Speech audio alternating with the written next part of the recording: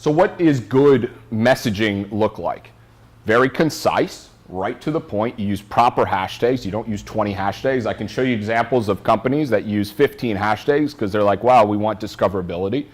As soon as somebody sees that, they go, what are you doing? Right? All 15 of these do not apply to this concise 100-character message or something like that that you're sending out.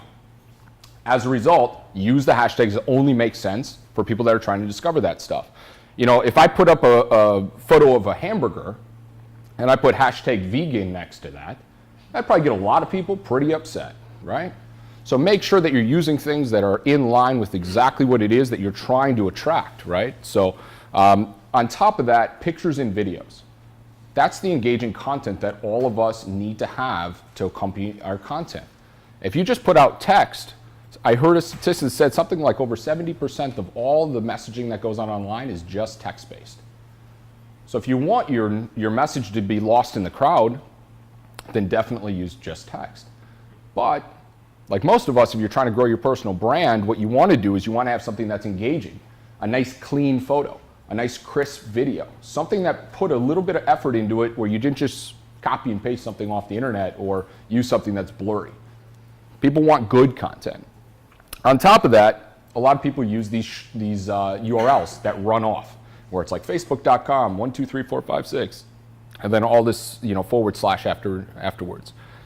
Take the time and actually shorten your URLs. There's tons of tools out there, keeps it very concise, you keep your character limit down, all this kind of stuff makes a lot more sense. It shows that you know and you care about the content that goes out. Again, this goes back to the first principle that I talked about, which is the personal branding.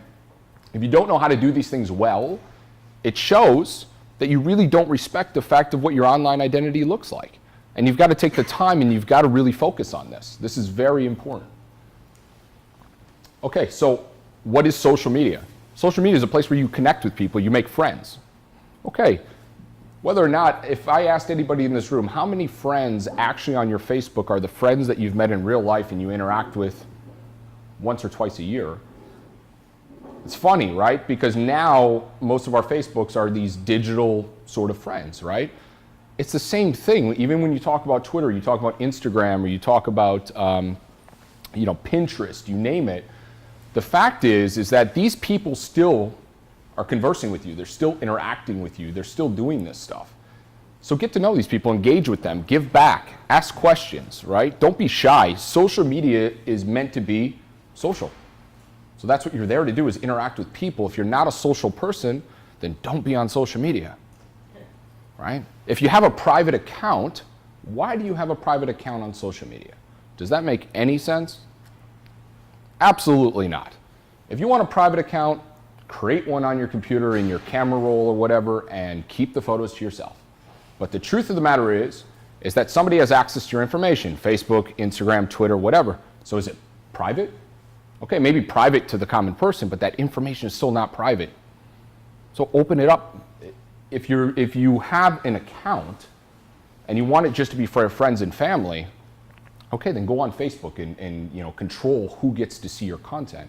But the truth of the matter is the majority of the platforms are meant to help people discover the cool and interesting things that you care about. So post about that, right? So what are some of the ways that you can discover new people, new ideas, new interests? Twitter lists. Who's familiar with Twitter lists? Like 3 people. Cool. This is actually the best possible place to find new people on Twitter. Most people actually don't even understand Twitter. The truth of the matter is that it's one of the most powerful platforms in the world. Actually, all the breaking news happens there first, if people know this. On top of that, when you think about the trending hashtags, you think about all this kind of stuff, the search capabilities there on Twitter are insanely powerful. Within profiles, there are lists that people create, and they curate these lists online. They talk about chefs, they talk about Olympic athletes, they talk about all sorts of things, but the thing is they curate these lists online. And if you find these lists, all you have to do is go to somebody's profile. Under the gear, it'll say lists. They've either created their own or they've been added to lists. And this is where you really get to discover the different categories. And it's super powerful because that's where you really get into all the chunk of the content that you're looking for. It's not just based on a hashtag anymore. It's based on a concept, right? And all sorts of people can be added to that. Facebook groups are still an amazing way to connect with people, and the majority of them are actually open. And if you aren't, trying, or if you want to access a group that is closed, start interacting with the person who owns that group, right? So find them on other social media platforms. If people own a group, especially a group that has thousands of people, most likely they're going to be active on other channels. Find them, interact with them, and say, wow, it'd be so cool. I'd love to connect further. And then, you evolve the conversation to get to where you want to be. Twitter chats are still very popular. Every single day there are Twitter chats going on in real time where people really just schedule almost like live meetings.